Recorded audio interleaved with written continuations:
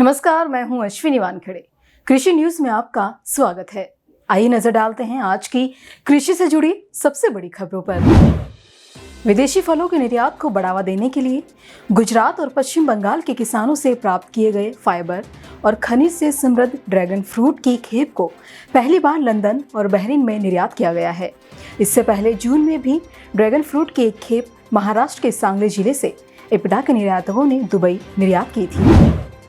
DM के सांसद SR Parthiban ने लोकसभा में कृषि एवं किसान कल्याण मंत्री से पूछा कि क्या सरकार ने पिछले 3 वर्ष के दौरान फसलों को हुए नुकसान से पहले और खाद को कोई आकलन या सर्वेक्षण किया है। इस पर नरेंद्र सिंह तोमर ने कहा कि आपदा प्रबंधन की प्राथमिक जिम्मेदारी राज्य सरकारों के पास है।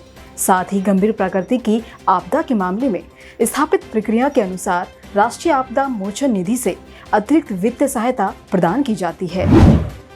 मानसून के समय बारिश के चलते कपास के फसल में जल प्रबंधन बहुत जरूरी है, वरना फसल खराब होने का अंदेशा रहता है। ऐसे में चौधरी चरण सिंह हरियाणा कृषि विश्वविद्यालय के कुलपति प्रोफेसर BR कंबोज ने किसानों को ये सलाह दी है कि अधिक बारिश के बाद फसल से पानी की निकासी जरूर होनी चाहिए। साथ ही खाद का भी संतुलित इस्तेमाल करना चाहिए।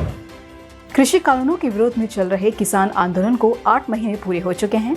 इस मौके पर संयुक्त किसान मोर्चा द्वारा आयोजित किसान संसद मोर्चा में मौजूद किसान नेता युद्धवीर सिंह ने 3 कृषि कानूनों पर कृषि जागरण से क्या कुछ कहा, आइए जानते हैं। देखिए, ये तीनों कानून जो हैं एक दूसरे से जुड़े हुए हैं, इनको आप अलग करके नहीं देख सकते।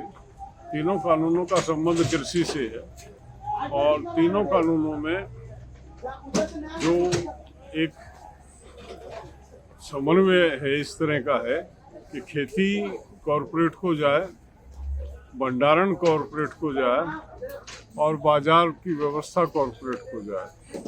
तमाम चीज़ें जो की गई हैं केवल और केवल एकमात्र इसका जो कृषि क्षेत्र में जो कंपनियां काम कर रही हैं उनको एक पूरी सुविधा इनके माध्यम से प्रदान की गई है। इफ्को की अनुसंधान एवं विकास इकाई नैनो बायोटेक्नोलॉजी रिसर्च सेंटर ने अनुसंधान परामर्श, ज्ञान के आदान प्रदान और साझा परियोजना के लिए IIT दिल्ली के साथ समझौता किया है। इफ्को ने कहा कि वो प्रधानमंत्री के आत्मनिर्भर भारत और आत्मनिर्भर कृषि के सपने को पूरा करने के लिए उन्नत कृषि तकनीकी परियोजनाओं पर काम कर रही है। नई खोज के लिए दिन रात मेहनत करने वाले वैज्ञानिकों को एक अद्भुत सफलता हाथ लगी है। दरअसल वैज्ञानिकों ने वेलविशिया नाम के पौधे का पता लगाया है जिसकी उम्र हजारों साल है। मतलब कि एक इंसान की 30 पीढ़ियां गुजर जाएंगी लेकिन ये पौधा नहीं सूखेगा। लेकिन इससे भी ज्यादा चौंकाने वाली बात यह है कि ये पौधा रेगिस्तान में पाया जाता है जहाँ का मौसम बेहद शुष्क और गर्म होता है।